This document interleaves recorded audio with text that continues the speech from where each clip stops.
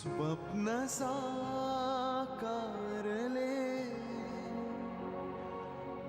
पहाटे पाहिले।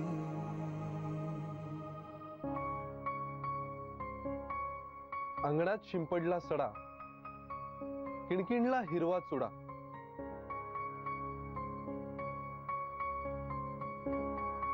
मेघनाचं नाव ऐकताच माझ्या मनात सनई चौघडा।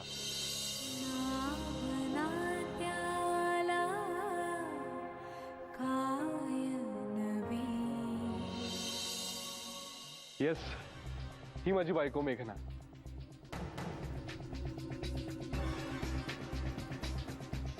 आणि हा माझा मित्र, तो भन्नाट माणूस ज्याच्याविषयी मी तुला सांगत होतो, ग्रेट पेंटर।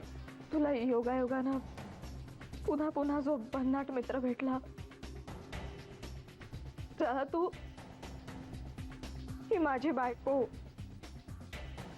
अशी माझी ओळख करून दिलीस। तो साधू आहे आदित्य नगरकर।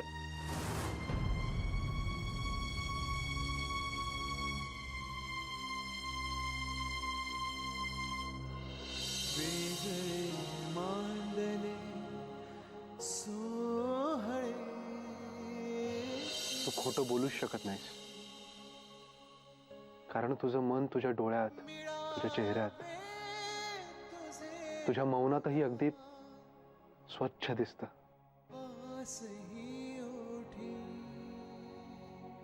म्हणून तर तू आवडलीस मला।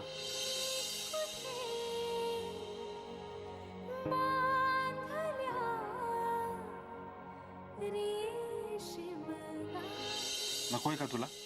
ही पेटी मला माझ्या नजरेसमोरून दूर करायची होती, म्हणूनच मी ती तिकडे नेऊन ठेवली ना रे। पण ठेवली होतीस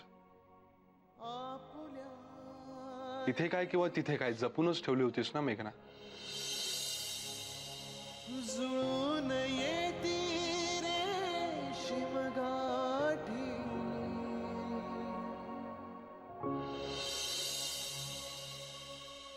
आय लव्ह यू आदित्य।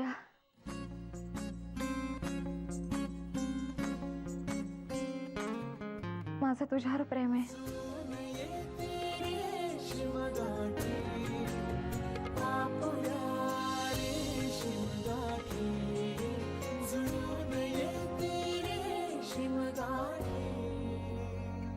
रेशीम गाठी।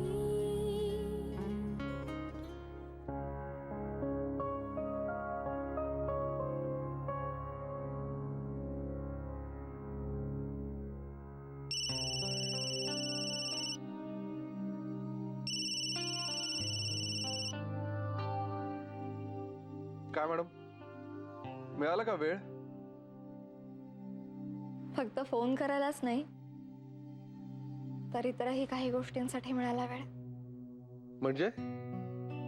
अरे काही नाही, इथे एकटीच होते म्हणून केला फोन। आदित्य,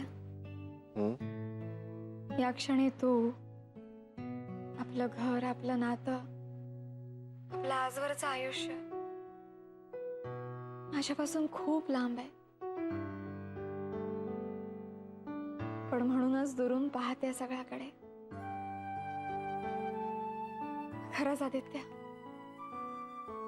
केवढा मोठा प्रवास करून आलो नाही आपण? किती शिकलो एकाच वर्षात। असं वाटतंय हे सगळं केवळ तुझ्या संयमामुळे शक्य झालं। तुझ्या जागी दुसऱ्या कोणत्याही मुलानं आतताईपणा केला असता।